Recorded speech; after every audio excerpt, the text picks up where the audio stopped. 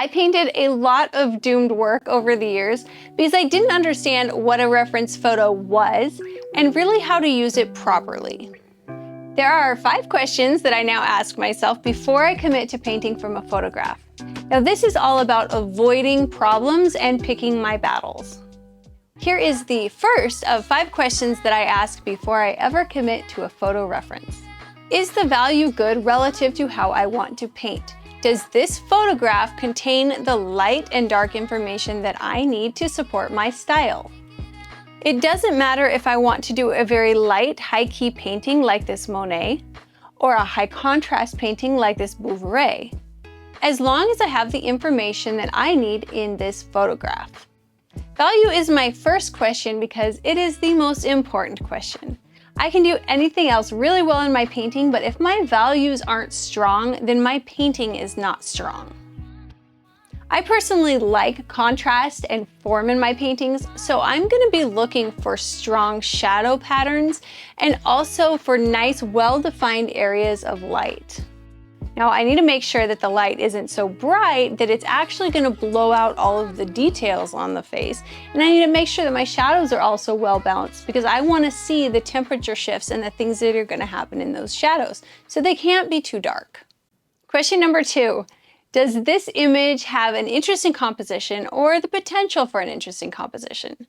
Composition is all about creating a compelling image using the arrangement of shapes.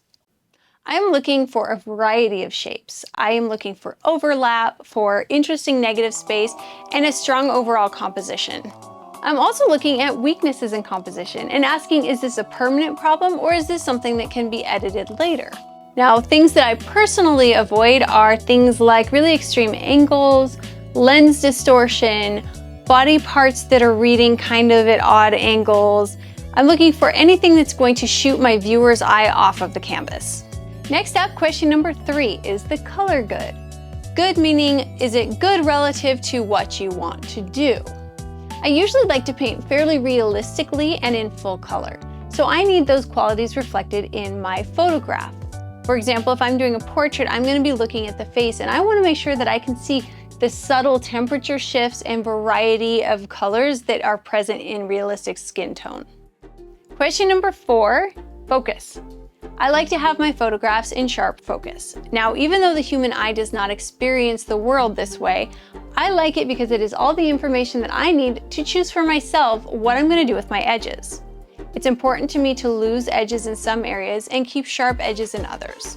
Having my image in focus when I am figure painting is very important to me because I want to understand the underlying structure on the figure, and I also really want to understand with clarity what those shapes look like that are creating likeness in that face. Now, if I can answer yes to those first 4 questions, that the light is good, the composition is good, the color is good, and it is in focus, then at this point I am pretty confident that I can paint my subject well. The 5th question becomes, do I want to paint this? Am I excited about this painting? Is it going to get me up in the morning? If I don't have a compelling challenge or an emotional connection to this, then I am going to pass. Because great art requires that emotional investment. It requires heart. If I decide, yes, I am excited to paint this picture, then my next step is to take that photograph that I have deemed good enough and take it through a digital editing process, turning it into my final composition. Now at this point, I have thought of everything that I can, every problem that might come up, and I've tried to solve it before I ever pick up a paintbrush. That process deserves a video all of its own, so make sure you're subscribed. And I also would love to hear in the comments anything that you do that I have not talked about. I would love to know, is there a question that I have missed that should be on my list?